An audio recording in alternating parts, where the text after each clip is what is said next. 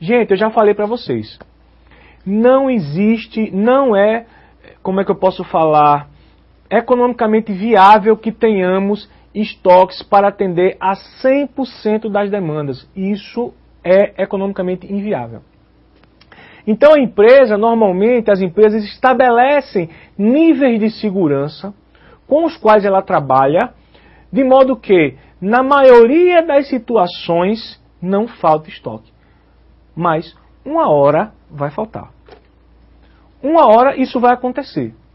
Agora, a quantidade de vezes que falta e a quantidade de estoque que falta em relação ao que foi pedido está dentro da segurança, ou seja, dentro do nível de segurança dos estoques desejado pela empresa, se está, o administrador cumpriu seu objetivo.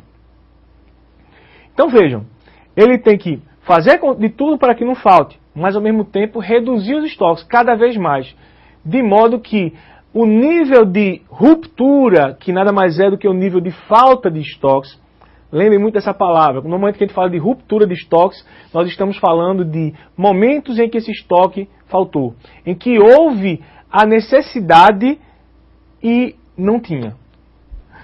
Então, em algum momento esse estoque vai faltar.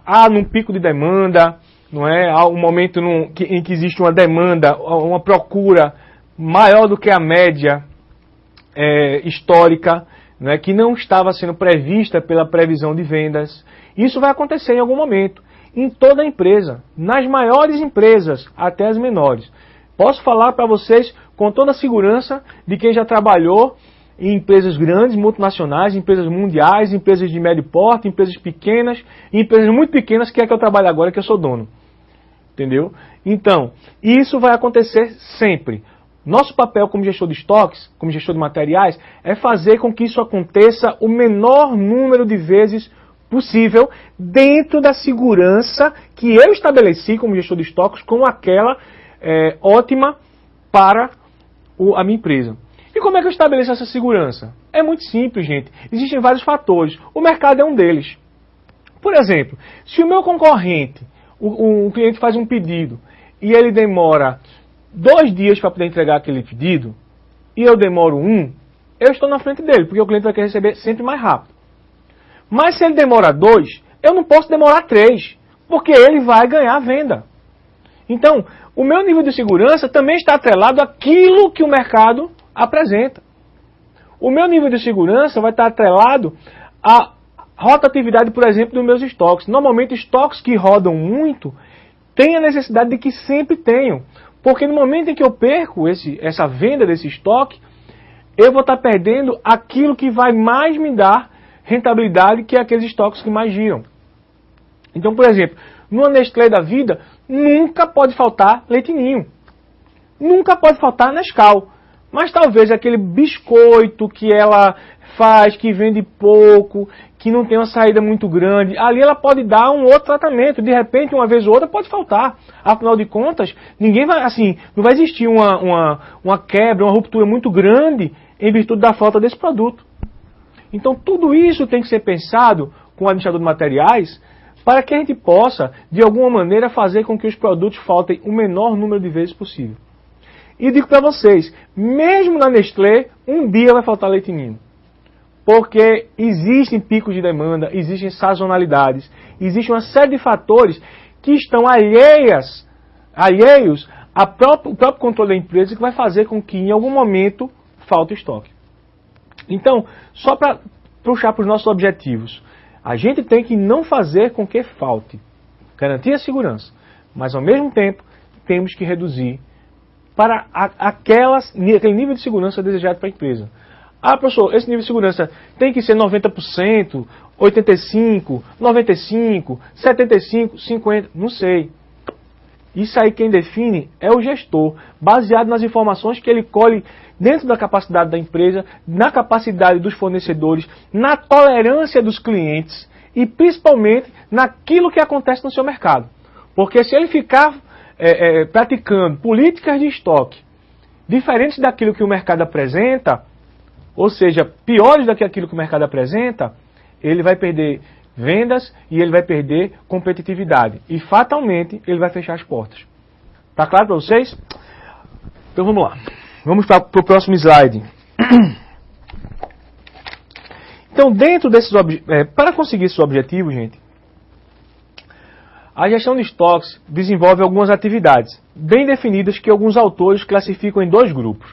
Então vejam, existem 2 grandes grupos de atividade que a gestão de estoque trabalha, que são atividades de apoio e atividades executivas. A gente vai dissecar cada uma delas nos próximos slides. Atividades de apoio são aquelas relacionadas com as funções de planejamento e programação de estoques, cadastramento de materiais e registro e controle. Vamos falar então sobre planejamento e programação de estoques. Gente,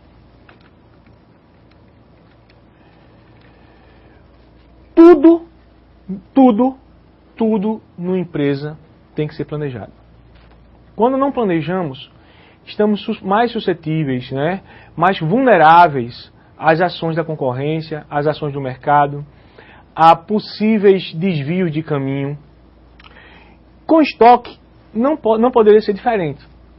Nós temos que planejar e programar os nossos estoques de maneira que não existam surpresas. Você, num belo dia, chega no trabalho e você veja a produção parada e por que está parada a produção? Não, porque faltou produto, faltou matéria-prima. Ou então você chega num belo dia e aí você vai falar com os vendedores da sua empresa e aí como é que estão as vendas? Não estão boas não, está faltando tudo. Então, gente, tudo tem que passar por um planejamento com critérios racionais. Então, o planejamento de programação de estoques, ele tem alguns objetivos que são próprios deles. Determinar os materiais a serem considerados como itens de estoque. Ô professor, e todo material não tem estoque, né? Não tem que ter estoque? Não, nem todo. Porque no momento em que a gente considera um material como item de estoque, vai incidir sobre ele um controle mais rígido. Então, nem todo material que compramos tem a necessidade de ser um item de estoque. Professor, me dê um exemplo. Vamos lá. Eu trabalho numa fábrica de, suponha aí, de bolos e doces em geral.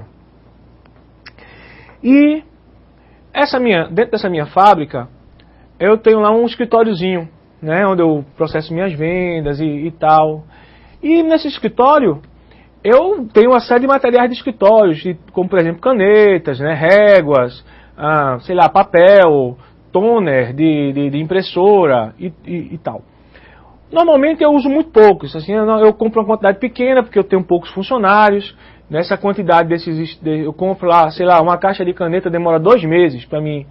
Então por que eu tenho que ter sobre, por exemplo, a caixa de caneta que eu compro, um controle rígido ou mesmo um controle que eu teria que ter com a matéria-prima minha, como por exemplo farinha de trigo, já que eu faço bolo? Eu não tenho que ter esse controle. Se eu compro e ela naturalmente eu utilizo ali e aquilo ali não vai me gerar, não tem um custo muito alto para mim, eu não tenho nenhum motivo de considerar aquele material como um item de estoque. Eu não tenho nenhum motivo de estar monitorando mais de perto. Poxa, se faltar caneta, eu vou aqui na rua da esquina, no fiteiro, compro um e pronto. Não vai me causar aí um transtorno muito grande de não ter. E eu também não gasto muito dinheiro comprando caneta, por exemplo. Eu não preciso estar olhando quantas caixas de grampo eu uso por mês, eu tenho que estar colocando isso no meu estoque. Afinal de contas, eu compro uma caixinha, demora lá 2, 3 meses. Então, esse item, ele não necessariamente tem que ser considerado um item de estoque. Agora, se eu fosse uma empresa que comprasse e revendesse material de escritório, e aí sim, quando eu comprasse dezenas de caixas de caneta, dezenas de caixas de grampo, e que fosse revender para os meus clientes, nesse caso, aí sim, a caneta e o grampo seriam considerados itens de estoque, porque aí eles adquirem uma importância muito maior dentro do meu negócio. Lógico, uma loja de material de escritório que não vende caneta, então eu não posso deixar faltar caneta na minha loja. Eu não posso deixar faltar grampo na minha loja. Então, aí sim, eu teria que ter pessoas olhando esses níveis de estoque, considerar esse produto como item de estoque. Então, o primeiro objetivo do planejamento e programação é exatamente isso.